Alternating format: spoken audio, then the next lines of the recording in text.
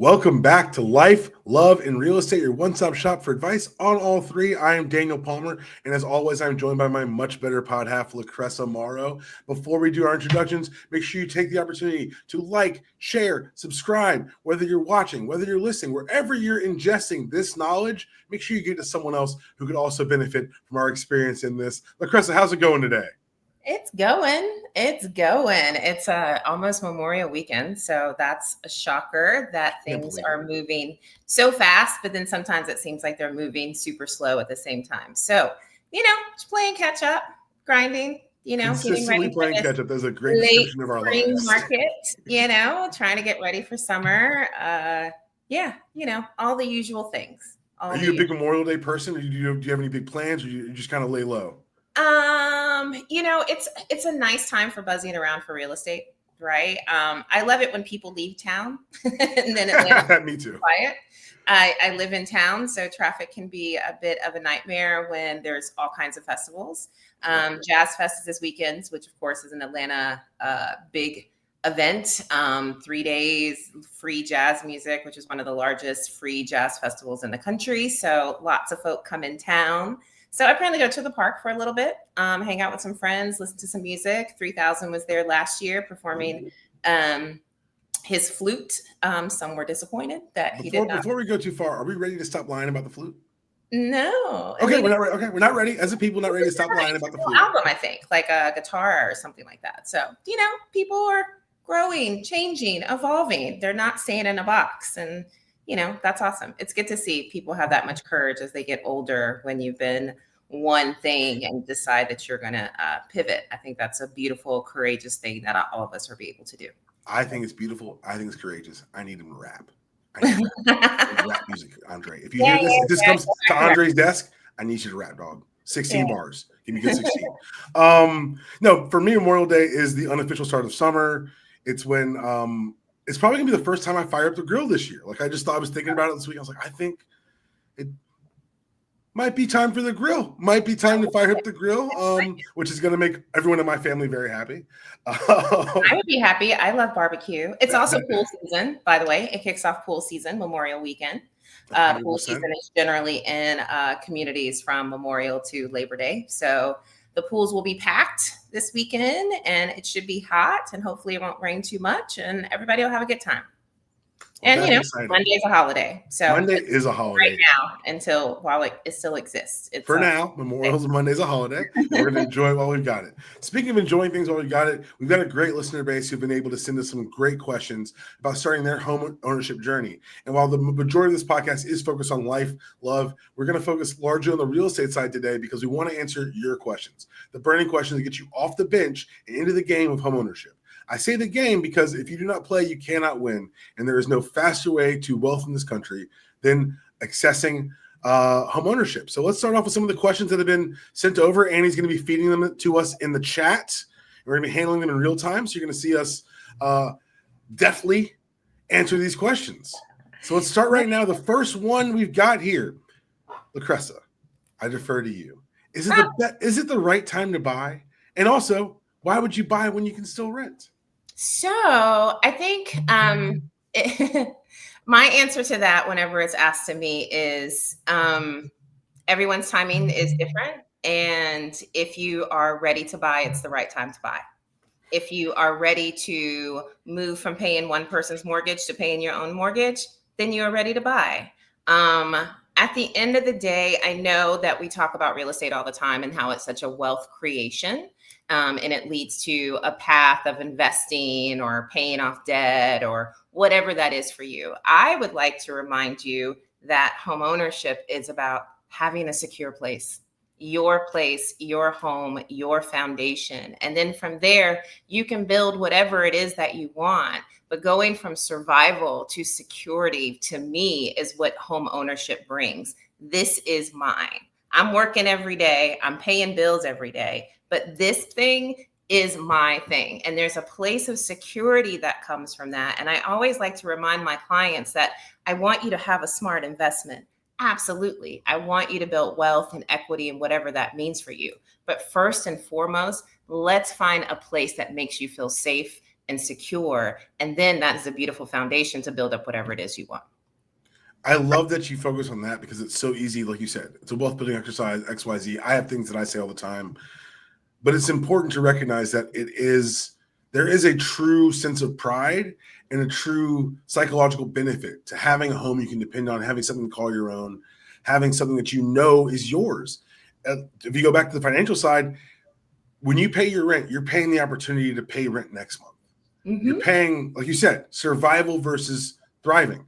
And when you have your home, yes, you're going to be paying every month. But at the end of that month, the amount you owe your bank goes down.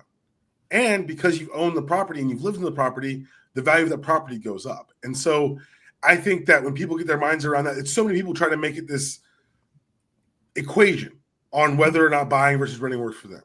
You're right. When you're ready, you're ready. And when you're ready, we're going to walk you through the steps on how to be ready. But when it comes down to buying versus renting, I tell everyone this: if you pay $3,000 in rent for 1 year, that's $36,000. Mm. If you do it over 10 years, that's $360,000. That's a home. You bought a home already. You bought a home. You just bought it for someone else. Absolutely. So the entire thing about this, and I love when you start with the mentality, because it's about loving yourself enough to say, I'm going to invest in me. Mm-hmm. I'm going to bet on me. I'm going to pour into myself. It is. It literally is an investment in yourself. And for some, it's easier than it is for others. You know, I have people that I know of that have been blessed with having money gifted to them. I was not so fortunate. Neither was my sister. I mean, we were raised that my dad is like, you'll appreciate it more if you pay for it yourself. So that was that kind of military strong, like, do this on your own. But with the support and stuff in the background. So, it's a pathway that it's just a beautiful foundation. And I can't say that homeownership is for everyone. Don't get me 100%. wrong. If you are a nomad and you're not trying to have that commitment and you want to live in this city for a couple of years and then live in another city for a couple of years, do you. That is the beauty of renting. For the first, 10, 12 years I lived in Atlanta, I lived in every freaking neighborhood. East Atlanta twice, Edgewood, Weston, Home Park. I traveled the city until I was ready to purchase, even though I was already a realtor. But before, I was a realtor practicing for years before I bought my first home. But it was me trying to find that right place. Well, actually, the first one was not that. But for my second home, it was about me finding the right place that I wanted to build my life on, the area, the place that I felt that I would have community. So it is a process, but if you are thinking about it, then you are ready to buy. It's really that simple. We make things a lot more complicated because it seems so daunting and so big, but it is not. If you're paying rent, you can pay a mortgage.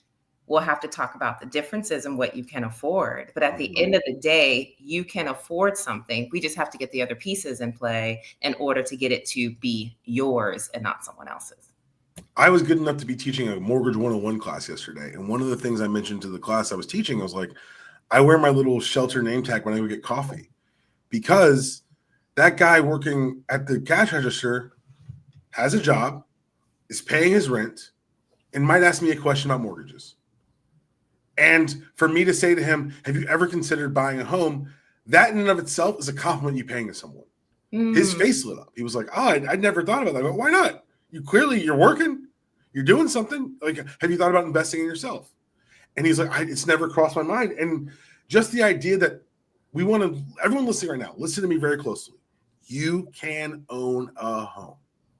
If no one's ever said it to you before, your boy Daniel did today. You can own a home if you want. LaCressa is right. There are tons of lifestyles that do not lend themselves to home ownership. But if you're in a lifestyle where you say, man, I would love some roots, or man, I'm sick of this rent going up, or man, I'm sick of things being out of my control. I'm sick of having to ask to paint a wall. I'm sick of not feel ownership in my own home. Like LaCressa said, those are the first buying signals before the world tells you you're ready to buy, before the house that you love appears on the market. You're going to be telling yourself that you want to make a change that's positive in your life. And when you're ready, we're going to be here to help you navigate that journey. And it's our job too to help you figure out what it is you can afford, right? There is some nuances and difference between what I can pay in rent and what I can pay on a mortgage. And, we'll get into that a little bit later. But at the end of the day, you've already started. You're already building up your credit. You're already paying down debt, whatever those things are for you. And there's so many different tools out there and pathways and programs that will allow you to have ownership. So it's not easy per se, but it's also not hard. It's not as difficult as long as you surround yourself by the right people. And it doesn't matter what the market is. It doesn't matter if it's a recession. It doesn't matter if it is inflation. At the end of the day, if you are ready to buy a home, you will buy a home, and the market does not dictate that. Now, the market will affect you in certain ways, like interest might be slightly higher, right? So the cost of money might be a little bit more than it was a year ago or 6 months ago, but it still doesn't mean that you can't find a home that you can afford. You might have to rationalize things a little bit, figure out what's most important, but that's what I'm here for. That's what your realtor is here for at the end of the day. But if you want to buy a home, don't worry about the market. Put yourself in a position to buy a home. And on this too, Atlanta market is consistently going up. So the longer you wait in Atlanta, let's say, I don't know where we're listening from around the world. Hopefully we're getting more around the world listeners, which I absolutely love. Come visit Atlanta. It's a fantastic time. If you are looking to buy in the metro Atlanta area, know that Atlanta has always been one of the top 10 markets for the last 10 years, period. People keep coming here. We're never full. They're coming from all over, where prices here seem a lot more affordable than what they could buy in, say, California or New York or whatever. So because of that, prices are driving up a little bit, but they're also stabilizing. At the end of the day, let's figure it out, but you got to get into the game. You got to take the first step. I love the point you made. Atlanta's always growing. Because when I was a kid, I'm going to age myself here, in the early 90s, people would come down for Freaknik, and then they would never leave. And you'd be like, wait, you just jumped out of school? Yep. Jumped out of school, got a job, stayed. Then after that, it was the Olympics. When people came in 96 and the world saw Atlanta on that stage, and they were like, this is pretty nice. And more people stayed. And since then, it's kind of taken on this movie industry now. Movie industry, sports, tech stuff. Like, there's so much happening in Atlanta that it's all you said. It's always growing. She says we're never full. Ask me in traffic if we're ever full. I'll give you a different answer. I think that we're full all the time. It doesn't keep people from coming here. And one of the things that I always loved, I love random facts of information, but Atlanta is one of the few cities that can grow in all four directions. We have a lot of land outside of metro Atlanta. And to most people, building something, creating something in metro Atlanta, or even on the outskirts of metro Atlanta, to the rest of the country, it's still Atlanta. Right? Exactly. It might be 45 minutes from downtown, but it is still a metro Atlanta job. It may be in Douglasville, it may be in Conyers or whatever, but it's still an Atlanta job. So people are coming here. So when I bought during COVID, and it was towards the tail end of COVID per se, so things were just really shaky in general. Yeah. I went ahead and bought where I bought because I knew if I waited, I would be priced out. So especially if you're looking in areas where you feel comfortable in, just know that neighborhoods are changing, equity positions are changing. And sometimes if you wait too long, you're going to get priced out of the neighborhoods and the locations that you want by just sitting on the fence thinking that things are going to get cheaper, rates are going to go down. You're allowing outside influences to make your decision. At the end of the day, if you want to own a home, let's figure out how you can own a home now, and don't worry about those outside factors, because you have to live your life regardless. That was really good. I think we handled that question very well. I think so. Question number 2. Ooh, this is a good one. I'm going to ask it because I know the answer, and I have a funnier answer than you do. But okay, Kristen, why do you need a realtor, and who should we talk to first, a lender or a realtor? Well, a realtor first. I would say if you talk to me first, it depends, right? Sometimes you start with a lender, sometimes you start with a realtor. If you talk to me and you haven't yet talked to a lender, I'm going to circle you back to a lender regardless, because at the end of the day, this relationship is probably one of the most important. So this is a triangle of love in a sense, right? So we talk about relationships. In order to have a solid real estate relationship, you need a lender, and a realtor all working together in conjunction with you to protect your money. I'm over here on the side of, your wants, your needs, negotiating contracts, all of that stuff. Daniel's on the side of, let's see your numbers. Let's see what makes sense for you. So I can feed that back to you, which you'll feed back to me and say, hey, based on this monthly payment, I want to be in this particular price point, or I need to be kind of around this particular price point. But it is a triangle of love, and you need to have full disclosure. I don't care if you start with him or if you start with me, but just know when you start with me, I'm going to always circle you back immediately to a lender, because mostly importantly, this is the biggest part of due diligence, is you understanding your numbers and you understanding your options. Go ahead with your funny story. I tell everyone to get a realtor all the time. Because if you don't get a realtor and you come to me for a loan and you won't get a realtor, that makes me your realtor. You don't want that. You don't want that. I don't want that. You don't want that. You need a realtor because they're experts. I wouldn't go to any job and say, oh, I could probably do it better than an expert.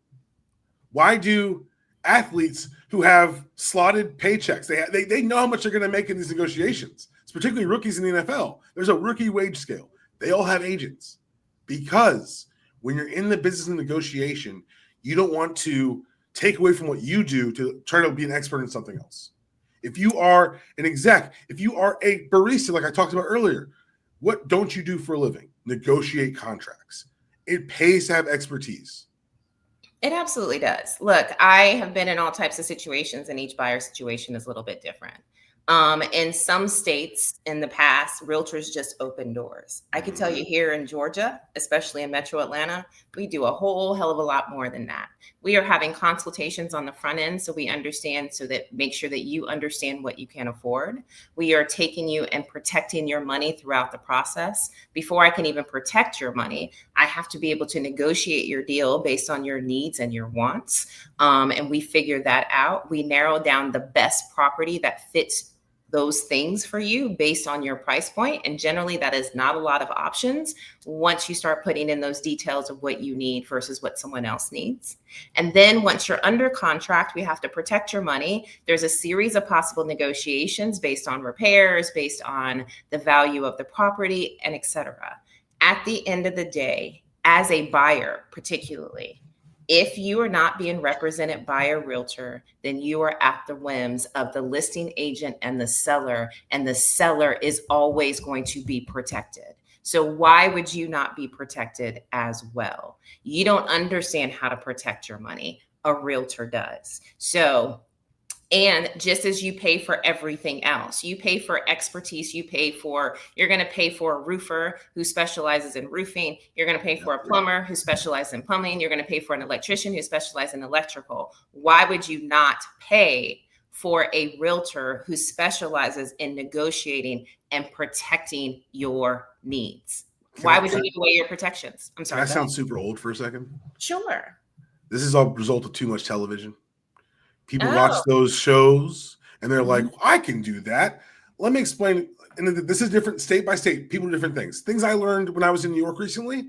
I had a friend who's doing a transaction on Jersey Shore. He said, yeah, the realtor got us in the house, and then the lawyers have been negotiating the contracts. And I was like, time out. Wait a second.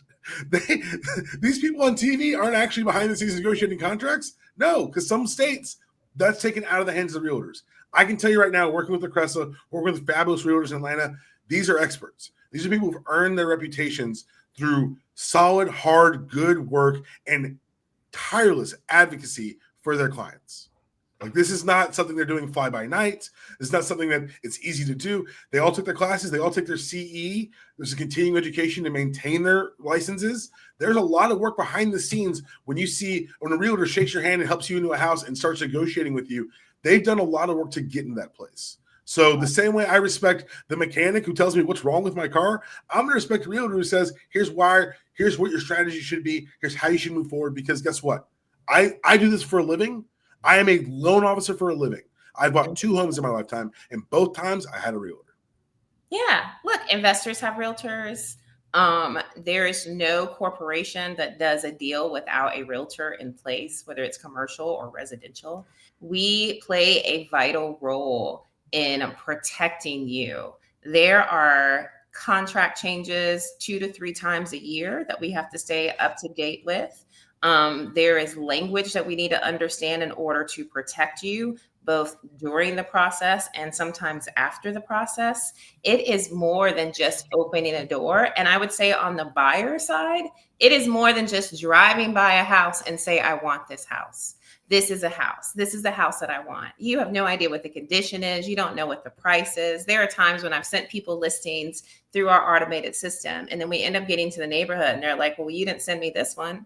If it did not come up, it did not meet your criteria, whether it's based on bedrooms, bathrooms, price, or whatever. There's a reason why we send you the things specifically based on you and not some wide open market. And don't get it twisted that because you watch all this HGTV, that it's that simple to be a renovator or to have a fixer upper, or there are just so many options out there for you. There are limited options for you based on what you want. Once we start adding in those details of what you want, the options limit exponentially. So just be able to manage your expectations as to what this market is going to present. And then as you're doing this, communicate. Make sure you're if you get to a place where, hey, my desires, my list has changed, tell your realtor. It's not fair to ask them to read your mind. They've got to be able to say, oh, you don't necessarily want that extra bedroom. Cool. Let's adjust our searches. They are willing to work for you. They are tailoring their searches for you, but they can only work with the input you give them. So make sure you've got, like Cressa said, interview people, get to know them, feel comfortable, and then move forward. Don't put carts before horses. No. But yeah, start with me, and then I'll send you over to him. Yes, you will. Annie, the next question. This is fun. I may have a bit where I yell at Annie every week now. I like this a lot. What do I need to do to get ready to buy? I'm going to start with LaCressa again because you've given the best first answers. Number one, sit down and figure out your budget. Figure out what it is you can afford. Most importantly, if you can't figure that out for yourself, which you should have a general idea, right? You pay a certain amount for rent, you end up paying a certain amount when it comes to utilities, car payment, insurance, etc., all of those things. What you need to buy is money, whether it is, I mean, honestly, it's really of all the esoteric, like nice, touchy-feely things that you talk about, I was not ready for money. I just wasn't ready. It caught me off guard. Go ahead. Sorry. Money, right? You need money for down payment. You need money for inspections. You need money to have appraisals. You need money to pay for lawyers' fees and lender fees and all of those things. There are many different options out there for you when it comes to 100% financing options, down payment assistance options, different types of loan types. We can get into that generally later, but you got to have some funds. At the end of the day, you're going to have some skin in the game, even if you get 100% financing. Okay. You have to have some skin in the game. So start building your savings or look at your 401k and, all those investment funds and retirement funds that I, don't know about because that's not the industry I've ever really been in, but they do exist. But you're going to have some funds. And the best thing that you need to do is talk to a lender so they can give you an idea of what those funds mean. I would say a lender is going to be your best person. Do not touch your credit. Do not start paying off things. If you're thinking about buying a home, talk to a realtor or talk to a lender first who will get you some idea as to where you stand. And then we can set a game plan up as to what you need to get ready to buy. You agree? I tell everyone when they come to me the first time, I don't tell anyone no about buying a house. Sometimes it's how do we get to yes, but it's never a no. The one thing I would say when you're going through the process, LaCressa's right. Give me a call, give a lender a call, let them pull your credit, and then build a plan. Because it's one thing to say, I want to move forward. Cool. Where are you going? West? What do you mean west? I'm just going to walk and see what happens. No. You're going to want roadmaps. You're going to want – people have done this before you. You're not paving new ground. So it's important to use their experience that's come before. And my second piece of advice is, if you're not talking to a lender and you're saying, I'm just going to fix my credit on my own, I found a shortcut. There's an old adage that my father instilled in me long ago. If shortcuts worked, they'd be called the way. They It wouldn't be a shortcut. So, and particularly in Atlanta, where I love my city. Hustler's paradise. Everybody has a hustle. Hustler's paradise. I can raise your credit score X. If it worked, it'd be called the way. So reach out to a lender. We have credit enhancement teams at our disposal who will look at your current situation and tell you what actions to directly take to affect your credit score in the positive direction that you want in the time frame for which you're searching. People and secondly, sorry, but no, you're fine. Thumbs up for sure. Secondly, I need you to be willing to put in the work. And I need you to be able to listen to the advice and take it. Because I've had clients who say, I'll give them advice and say, I'll call you in 6 months, and nothing's changed. I've given advice to clients that came back to me in 6 months. Everything's changed. So the bottom line is you're going to need to be, one, open to advice from professionals. Yeah. But two, open to being honest with yourself and about your situation. Mm-hmm. I don't want to pull my credit because I know it's bad. That's the best reason to pull your credit. So that once we know it's bad, we can know how to fix it. I played football my whole life. When I hurt my knee, junior year of college, they didn't say, we're going to open up and see what happens. No, they did scans, they did x-rays, they did MRIs to figure out exactly what was wrong, exactly how to fix it. And then I looked at the professional who was going to be operating on me, and I said, no, thank you. And he did not cut my knee open because I didn't trust him. But that's an important footnote as to why that trust is so important, why that professionalism is so important, because it's not your knee, but it could be your savings, and it could be your credit score, and it could be your opportunity to not sign another lease. Mm-hmm. So when I tell you, hey, reach out to me and not some guy who tells you he knows the way, is it selfish? You can call it that if you want to, but more and more, I don't want you to find yourself losing in 6 months to a year, chasing something that may not be real. Yeah. And it happens. It really does. And I think that sometimes people just don't want to be that vulnerable and say that they've messed up, or they think they've messed up more than they actually have. A lot of times they're in better positions. I've seen people overestimate their position. We've been in that situation before, right? Super confident about all of the things. And you get there and you're like, eh. And then I've also seen some people who have completely terrified about getting their credit pulled, any of those things. And they're in a great position, but you don't know until you actually do it. And sitting from a place of not knowing is going to have you trapped in rent that increases 5 to 10% every year. Because the more people who move here, the more rent is going to continue to go up. And it's harder and harder to find those rental gems that are still in the city that give you the walkability and accessibility that you want. That's affordable. So, yeah.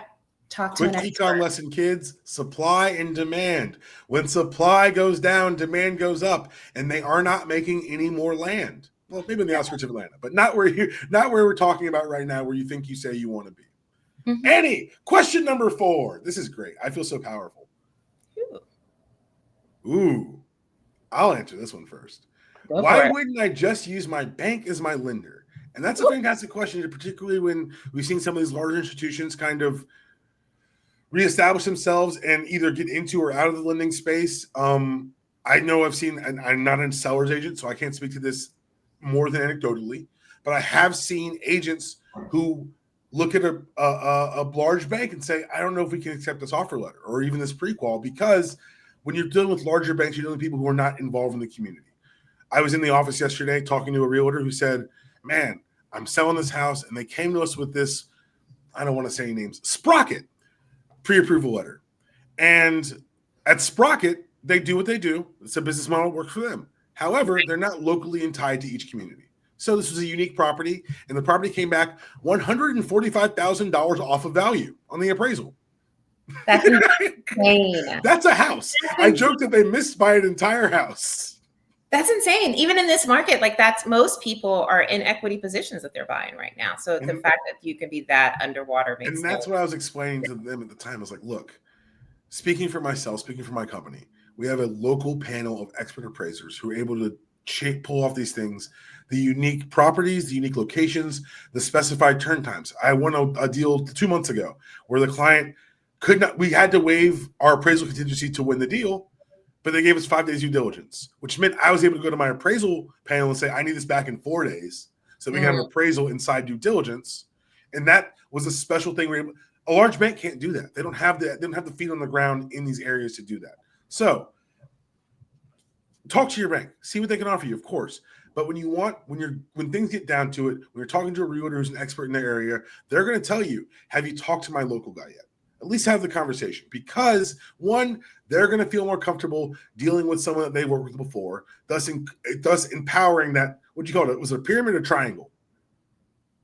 What are you talking? You said a triangle of love. The realtor, Yeah, the triangle. I know. I 3-dimensional. I don't know. Okay. I guess a pyramid is a triangle. So yeah. Look, that's why I wanted to keep synergy up in the show. But keep that pyramid strong. Everyone's got to be invested. When you're dealing with these larger banks, a lot of times these loan officers are not necessarily working on their commissions. So you won't be able to reach them on a Friday, Saturday, after hours. It's tougher.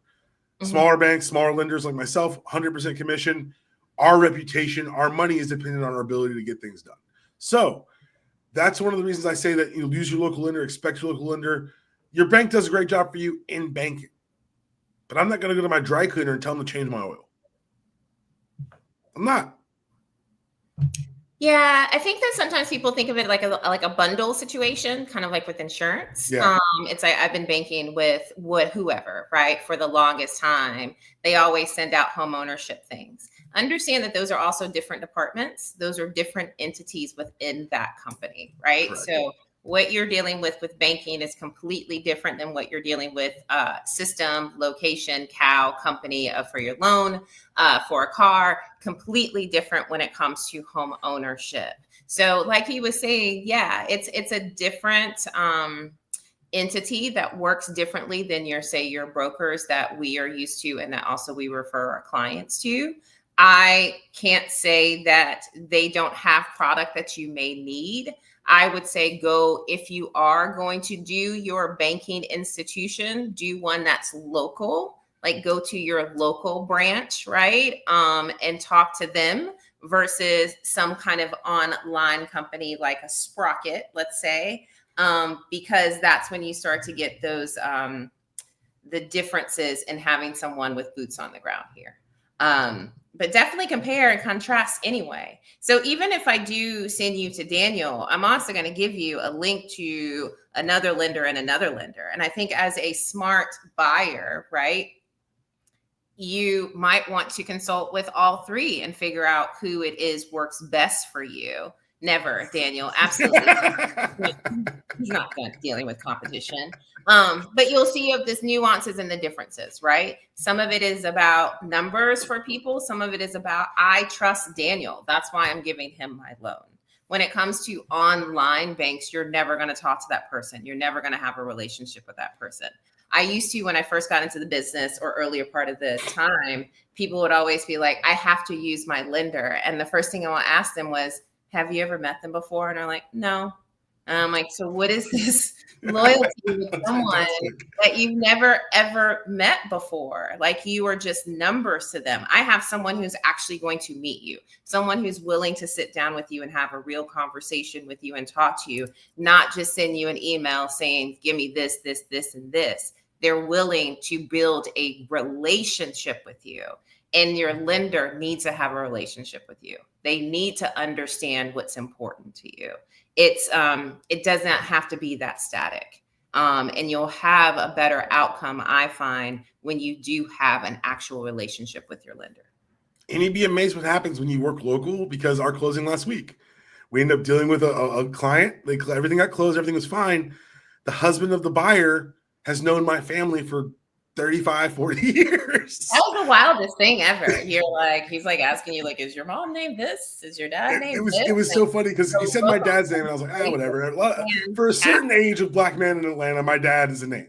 But then he said my mother's name and it stopped me in my tracks. Yeah. I mean, also, like, we all have, having a local community does get benefits for you. Mm-hmm. I have won deals, in a sense, based on the fact that when they've been presented multiple offers because of my history with them, because of whatever, especially when the offers are pretty much the same thing, they're going to go with a lender, or they're going to go with a buyer with a lender that they trust. Oh, I know Shelter, right? Shelter will get it done. I don't know this mom and pop financial service or whatever, or I know this realtor. This realtor is going to get it done. I know this inspection company. So I know that when I look at this inspection report and we present something to the seller saying that we want these items repaired, it's not just a bunch of things on there to try to prove my value. It's real things that need to be addressed because it comes from a reputable company. Building your team is so important, and building the right team is so important. I had a realtor. I was with my girlfriend the other day, and I was answering phone calls, and it was on speaker, and she was looking at me like, are you serious, after the conversation? And I'm answering these questions and they seem so basic. And then I thought I was talking to a buyer. I was actually talking to someone being represented. And she was like, what the hell? Like, this is crazy. Get your right team. Ask the right questions. Ask about how you can protect me. How good can you negotiate for me? What is important to you when it comes to protecting me in this process? That will give you an idea of who your team is and how your team's going to fight for you. And another thing, this is another reason why that team and that triangle is so important, is because when something comes up in your transaction, and spoiler alert, something will come up, you want to have people in your corner who you're going to trust their recommendations. If you're using LaCressa as a realtor and you override her on your inspector, what kind of trust are you really bringing? What kind of trust? How healthy is that relationship actually? We're not going to send you someone, we're not going to refer you to someone who's going to harm you. I think that the lack of trust is a thing to overcome, but it's also a thing that I think can help strengthen bonds on the back end. Like people say, oh, I don't know who I could. Great. That's why we want you to interview. That's why we want you to talk to people. So you can feel that level of comfort, so that when things do get tight and when something does come up, you're able to say, hey, I'm willing to turn to your 20 years, 15 years experience and find out what the best path forward is. Because while this is new for a buyer, we've seen a lot of it, guys. We've done this a while. I was an underwriter and a processor. I tell everyone when I pull credit, I've seen worse. I don't get, well, my credit's really, I've seen worse. That's all I say to them. I've seen worse. And it calms them down a little bit and we move forward. But it's never as bad as it seems. And having the right team in your corner can help you navigate even the things that may be a little bit worse than they look. I think too, also you want to be working with someone who is proactive and not reactive, because just being reactive during the contract process, right? Because it's a process for me to start with you as a buyer, to get you under a buyer's brokerage agreement and find you a home and then get you under contract. It's a completely separate process when we are actually under contract. And there are times where we're going to be having conversations and protecting you from the background that you may not even be aware of, because we are going to be as proactive as possible so that we're not having little bombs at the end and closer to the end where you're starting to feel smooth sailing, that stress is starting to relieve from yourself, and you're thinking that you're at your finish line, and then all of a sudden things come up. So also consider when you're interviewing people and talking to them, how are they? Are they proactive? Are they reactive? Are they problem solvers or are they whiners? Do they make excuses about things not happening, or do they come up with alternative solutions? Do they give you some curveballs? I like to throw out some curveballs. Like I said in a previous podcast, my client was looking in South Fulton, heading to Fayetteville. She ended up buying in Decatur. If you understand Metro Atlanta, you know those are completely different worlds. Yeah. When I talked to her today, she's like, I would have never thought of this location if it wasn't for you making me think about things a little bit differently. That's awesome. Work with someone who's going to challenge you a little bit. This is not a yes, ma'am situation. This is not, I'm not an order taker. I'm a consultant. I'm here to advise you. I'm here to push you out of your box, because especially if this is your first time buying, all of this is going to feel totally uncomfortable. You're going to feel uncomfortable. You might snap a little bit. You might pull away. You might pull back. You might not talk to Daniel for days when he's asking you about paperwork. All of those things are here because it is different than what you're used to, but having trusted people and creating that triangle is going to keep you moving forward, even if you're unsteadily walking forward, right? You can still walk forward and be fearful, but just keep walking forward. and have a team to walk forward with. If you're gonna do it, if you're gonna be scared, do it scared. I love that. I love that mentality. Andy, was that the last one? Yes, it was the last one. Okay, great. I'm gonna yell at Annie every episode now. This is fantastic. Yeah, that's great. She'll love that. Well, those are the questions we got in. Always sending in more, guys. We're always available for you. Hit us in the DMs. I'm not sure how TikTok works. I know these are shared on TikTok. I'm not sure how that works. I'm an old person.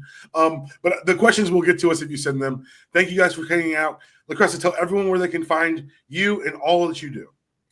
LaCressa Morrow. I'm always in town. So KW in town. Follow me at LAC Sales ATL. And I look forward to talking to you. Also, call me. Let's schedule an appointment. Let's get together. Let's have a one-on-one and talk about how we can get you to the finish line. But let's start the process. 100%. Daniel Palmer, DanielPalmerMortgages.com, 770-608-2845. You can email me directly at daniel.palmer@sheltermortgages. Again, here to help, guys. Anything you guys need in the process, let's have the conversation. If you have a job, if you're paying your rent, you can pay a mortgage. It's my job to help you qualify. Make sure you guys like, share, watch, subscribe, do all the things that help us get in front of more people in your life. There's someone in your life this week who complained about their rental payment. There's someone in your life who complained about their credit cards, who complained about something. You know why I know that? Because everyone likes to complain. So when they complain, don't pretend you're listening. Send them this podcast to help them improve their lives with the power of homeownership and through the work of life, love, and real estate. Have a great one. We'll see you guys in 2 weeks. Bye, May. Don't you laugh at me, Annie.